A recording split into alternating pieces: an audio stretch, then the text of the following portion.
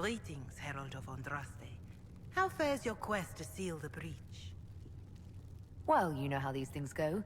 At least, I hope someone does. You love to bring a little light into the darkness. And I'm glad to see it. Too many see laughter as antithetical to the chant of light. They imagine Andraste as a grim warrior all her life, forgetting that she loved and was loved in return. I hope she found time for laughter during her trials, as I hope you do. You realize that I follow my people's gods, not the Maker. Fair enough. But Andraste lived, and her deeds, however shrouded by myth, have their basis in fact. If you do not believe the Chant of Light, at least consider it a map of the dangers you might face. In any case, I pray this Inquisition proves less brutal than its predecessor. Can you tell me about the original Inquisition? The original Inquisition was formed after the First Blight, well before the Chantry as we know it. The Inquisitors were hunters, zealots, who tracked and killed cultists and dangerous mages. As Andraste rose to power, the Inquisition came into her service. Instead of hunting those who would do harm, the Inquisitors spread the Chant of Light by force. It must be difficult to follow the Chant of Light knowing how it's spread. Indeed. I have always believed that the Maker wished us to spread the Chant of Light by example, not violence. In any case, once the Chant of Light had spread far and wide, there was less need for zealots. The Inquisitors became the seekers of truth, and eventually the Templars. This is a dark chapter of history for the Divine to revisit. Do you know what impresses me most about the original Inquisition? They fought horrific battles, killed and died for their cause, and when it was time, they put their swords away. Perhaps the name was divine, Justinia's message, that when the Inquisition is needed, it will strike without mercy. But when its work is done, it will put its sword away.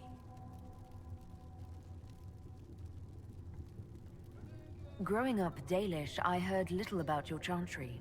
Can you tell me about it?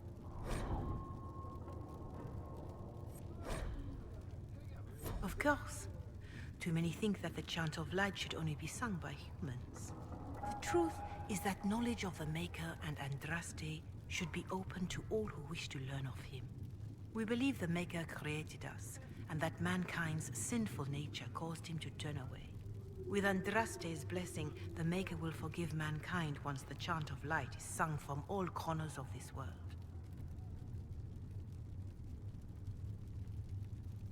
What is your stance on magic? Andraste put it simply.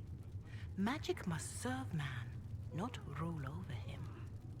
However, those words must be put into the proper historical context. Andraste led a rebellion against the Tevinter Imperium, whose magisters controlled most of the world at the time.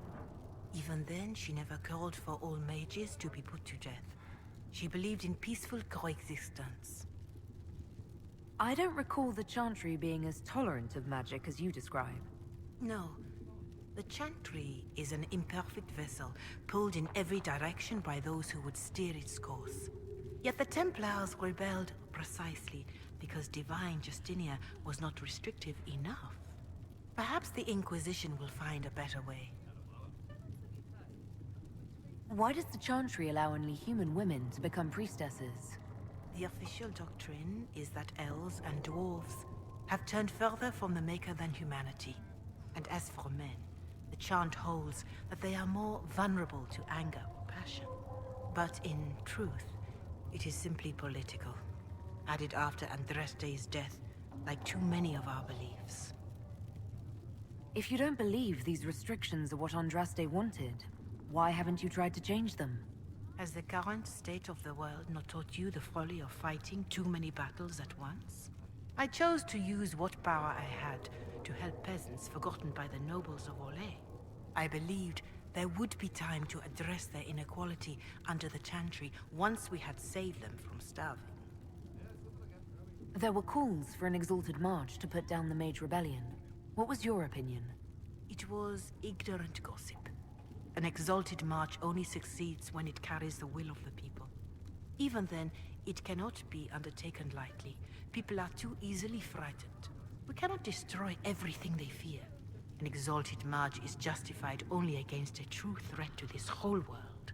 It is an offense to the Maker to use it as a political bludgeon, or as a means of spreading the chant of light.